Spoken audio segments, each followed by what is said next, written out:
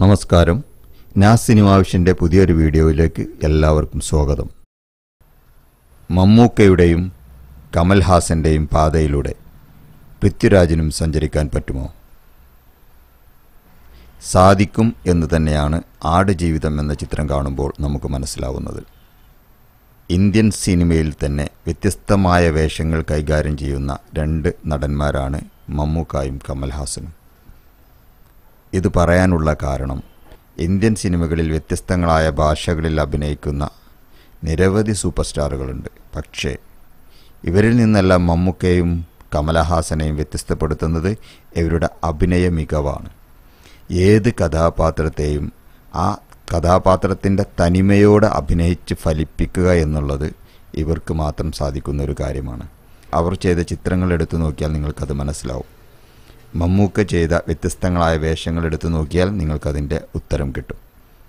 വെറുതെ ഒരു അഭിനയ മികവ് എന്നല്ല, ഏത് കഥാപാത്രമാണോ സംവിധായകൻ ഉദ്ദേശിക്കുന്നത് അല്ലെങ്കിൽ ആ തിരക്കഥാകൃത്ത് തയ്യാറാക്കിയിട്ടുള്ളത് ആ കഥാപാത്രമായി മാറുക. ഓരോ വ്യക്തിക്കും അവരവരുടേതായ ചില മാനറിസങ്ങളുണ്ട്. ഇതിൽ ഒരു ബന്ധവുമില്ലാത്ത ഒരു കഥാപാത്രമായി 100% കൺവേർട്ട് ചെയ്ത് ആ കഥാപാത്രമായി ജീവിച്ച് കാണിക്കുന്നതാണ് ഞാൻ പറഞ്ഞ അഭിനയ മികവ്. അല്ലാതെ ഏത് കഥാപാത്രത്തെ കിട്ടിയാലും അത് തൻ്റേതായ മാനറിസങ്ങൾ വെച്ചിട്ട് അഭിനയിച്ച് ഫലിപ്പിച്ച് സൂപ്പർ ഹിറ്റുകൾ ഉണ്ടാക്കി ഒട്ടനവധി നടന്മാരെ നമുക്കറിയാം. പക്ഷേ അങ്ങനെയുള്ള ഒരു അഭിനേതാവിനെയല്ല ഞാൻ ഇതിലൂടെ ഉദ്ദേശിച്ചിട്ടുള്ളത്. ഒരു കഥാപാത്രത്തെ കിട്ടിയാൽ ആ കഥാപാത്രമായി മാറുന്ന അഭിനേതാക്കളെയാണ് ഞാൻ ഉദ്ദേശിച്ചത്. അങ്ങനെയുള്ള അഭിനേതാക്കൾ എത്ര എണ്ണം ഇന്ത്യൻ സിനിമയിലുണ്ട് എന്ന് ചോദിച്ചാൽ രണ്ട് പേരുകളെ നമുക്ക് കിട്ടൂ. ഒന്ന് മെഗാസ്റ്റാർ മമ്മൂക്കയും മറ്റൊന്ന് ഉലകനായകൻ കമൽഹാസനും. ഇവർ രണ്ടുപേരും ചെയ്ത കഥാപാത്രങ്ങൾ എടുത്തു നോക്കിയാൽ നിങ്ങൾക്കത് കാണാനായിട്ട് സാധിക്കും. കമൽഹാസൻ ചെയ്ത കഥാപാത്രങ്ങളിൽ അപൂർവ സഹോദരങ്ങൾ, ഇന്ത്യൻ, ആളവന്താൻ, അതുപോലെ തന്നെ ദശാവതാരം, ഇങ്ങനെ നിരവധി ചിത്രങ്ങളിൽ വ്യത്യസ്തങ്ങളായ കഥാപാത്രങ്ങളെ കമൽഹാസൻ അവതരിപ്പിച്ചിട്ടുണ്ട്. അതുപോലെ തന്നെയാണ് മമ്മൂക്കയുടെ കഥാപാത്രങ്ങളും. പൊന്തന്മാട, സൂര്യമാനസം, മൃഗേയ,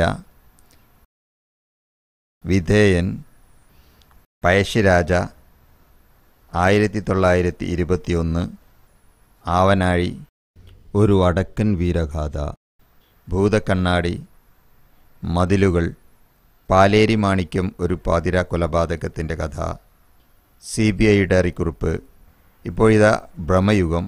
അങ്ങനെ എടുത്തു പറയുകയാണെങ്കിൽ ഒട്ടനവധി കഥാപാത്രങ്ങളാണ് മമ്മൂക്കയും കമൽഹാസനും ചെയ്തു വെച്ചിട്ടുള്ളത്. കാരണം രൂപത്തിലും ഭാവത്തിലും ശബ്ദത്തിലും സംഭാഷണ ശൈലിയിലും 100% വ്യത്യസ്തത പുലർത്തിയാണ് ഇവർ ഓരോ കഥാപാത്രങ്ങളായിട്ട് മാറുന്നത്. ഈ ഒരു കാറ്റഗറിയിലേക്ക് കൊണ്ടുവരാൻ പറ്റുന്ന ഒരു നടനാണ് പൃഥ്വിരാജ് എന്നാണ് ഞാൻ ഉദ്ദേശിച്ചത്. കാരണം ആടുജീവിതം ഇതാണ് നമ്മെ ബോധ്യപ്പെടുത്തുന്നത്. ആടുജീവിതം എന്ന ചിത്രത്തിൽ പൃഥ്വിരാജ് എന്ന നടനില്ല, പകരം നജീബ് മാത്രമാണ്.